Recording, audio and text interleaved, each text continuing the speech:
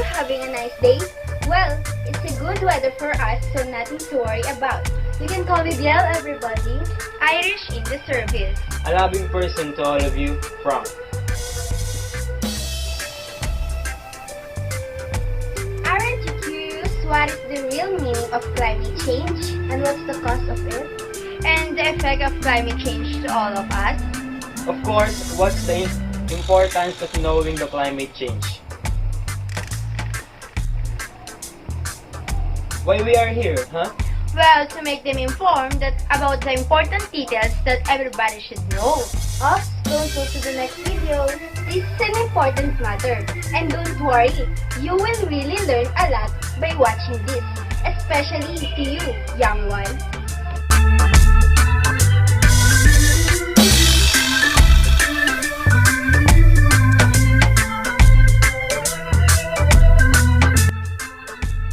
Climate change occurs when changes in Earth's climate system result in new weather patterns that remain in place for an extended period of time. Climate change is any significant long-term change in the expected patterns of average weather of a region or the whole Earth over a significant period of time. Climate change is about abnormal variations to the climate and the effects of these variations on other parts of the Earth.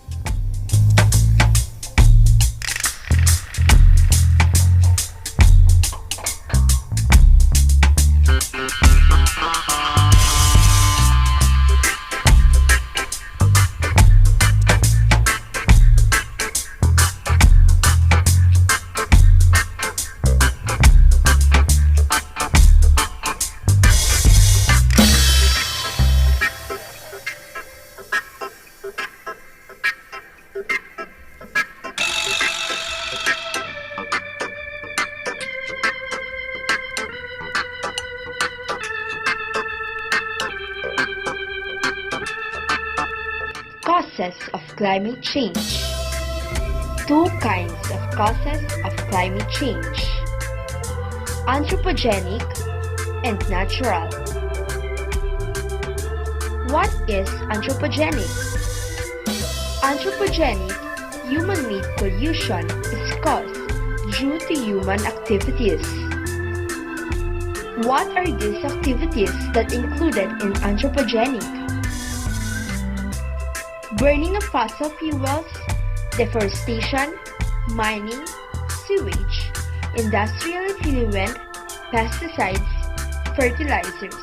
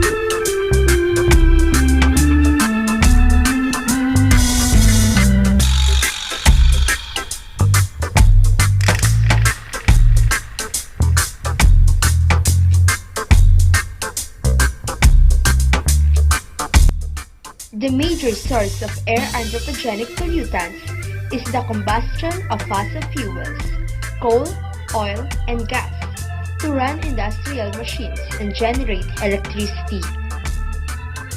Fossil fuels.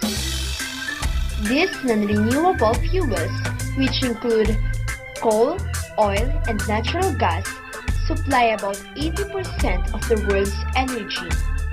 They provide electricity, heat, and transportation, while also feeding the process that make a huge range of products, from steel to plastics. When fossil fuels are burned, they release carbon dioxide and other greenhouse gases, which in turn trap heat in our atmosphere, making them the primary contributors to global warming and climate change. Deforestation. Deforestation is one of the main contributors to climate change.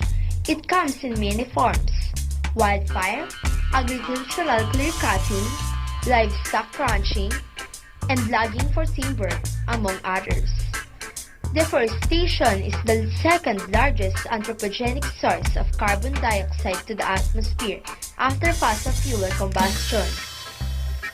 Deforestation and forest degradation contribute to atmospheric greenhouse gas emissions through combustion of forest biomass and the composition of remaining plant material and soil carbon.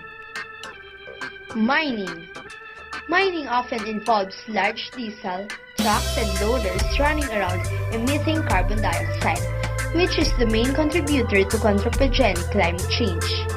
However, mining overall is a small contributor compared to coal-fired power plants and billions of cars, trucks, buses, trains, and airplanes in our society.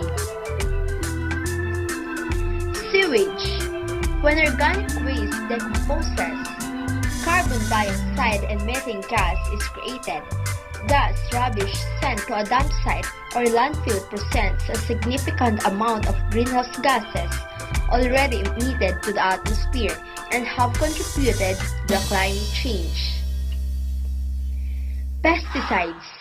With a longer growing season and a warmer climate, weeds and insect pests will proliferate, most likely leading to more pesticide use, which itself responsible for harmful emissions that further exacerbate climate change.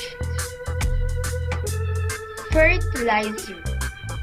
The problem is that humans tend to use too much of fertilizers in the soil because they have to cater to the global demand of food. Too much of fertilizers in the soil can alter the fertility of the soil by increasing the acid levels in the soil. On the other hand, there are organic fertilizers that consist of manures and animal waste. When you use too much of fertilizers in the soil, it leads to eutrophication. Fertilizers contain substances like nitrates and phosphates that are flooded into lakes and oceans through rains and sewage. Natural causes of climate change: forest fire, volcanic eruptions, methane emissions from the animals. Forest fire or wildfire.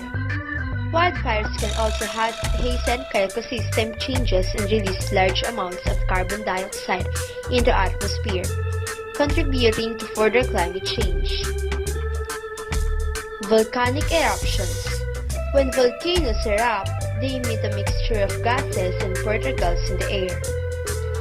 Some of them, such as ash and sulfur dioxide, have a cooling effect because they, or the substance they cause, reflect sunlight away from the earth.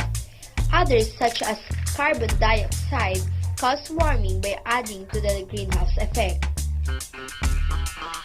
Methane emissions from the animals. When cows and sheep emitted methane, a kind of air pollution when they digesting their food, may comes out.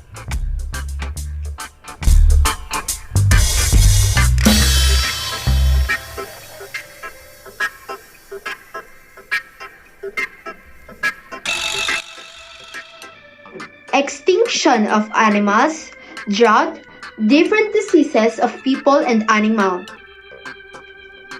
Extinction of animals, drought, different diseases of people and animal.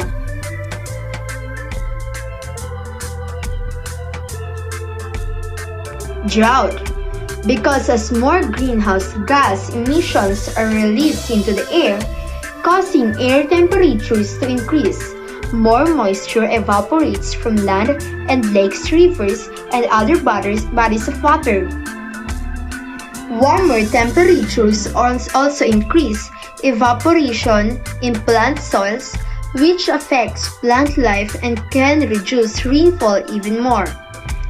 And when rainfall does come to drought-stricken areas, the drier soils it hits its heats are less able to absorb the water, increasing the likelihood of flooding, a lose-lose situation. But droughts also have serious consequences for people's livelihoods. Drought, different diseases of people and animal. Increase in atmospheric and surface temperatures are already contributing to the worldwide burden of disease and premature deaths, and are anticipated to influence the transmission, dynamics, and geographic distribution of malaria, dengue fever, tick-borne diseases, and diarrhea diseases, such as cholera, which may lead to death if that worsen.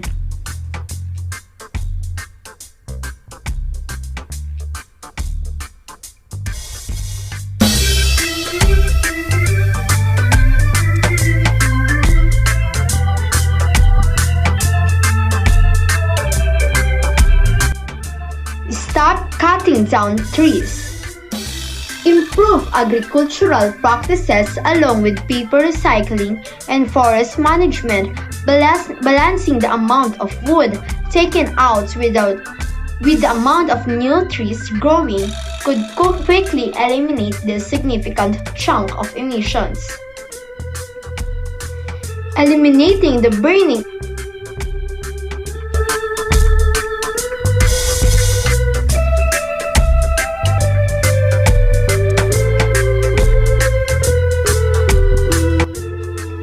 Stop cutting down trees. Improve agricultural practices along with paper recycling and forest management, balancing the amount of wood taken out with the amount of new trees growing could quickly eliminate this significant chunk of emissions.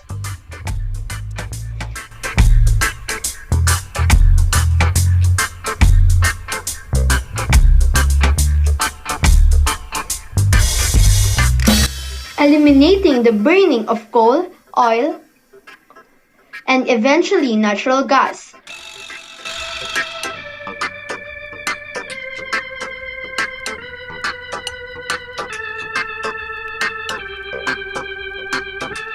Try to employ alternatives when possible, plant-derived plastics, biodiesel, wind power, and to invest in the change, be it by divesting from oil stocks or investing in companies practicing carbon capture and storage.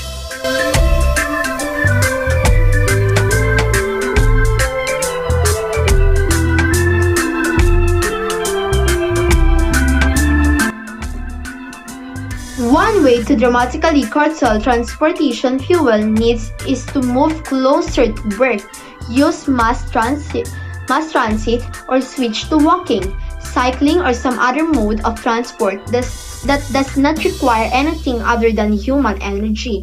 There is also the option of working from home and telecommuting several days a week. Consume less. Think green when making purchases. Purchasing essentials such as groceries, buying in bulk can reduce the amount of packaging, plastic wrapping, cardboard boxes, and other unnecessary materials. Sometimes buying more means consuming less. Be efficient. Purchasing essentials such as groceries, buying in bulk can reduce the amount of package, plastic wrapping,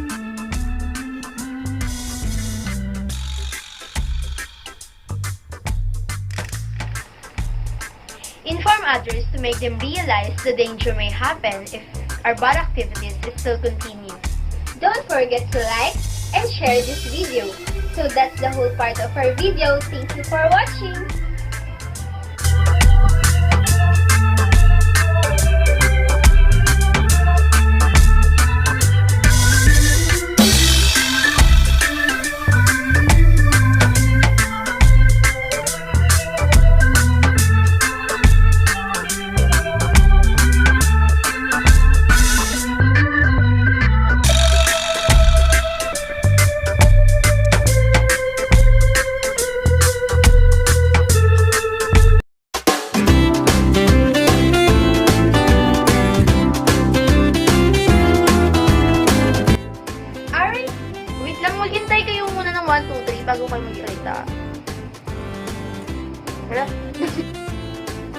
Why we are here, huh? Well, to make them informed about the important details that everybody should know. Oops, don't go to the next video. This is an important matter. And don't worry, you will really learn a lot.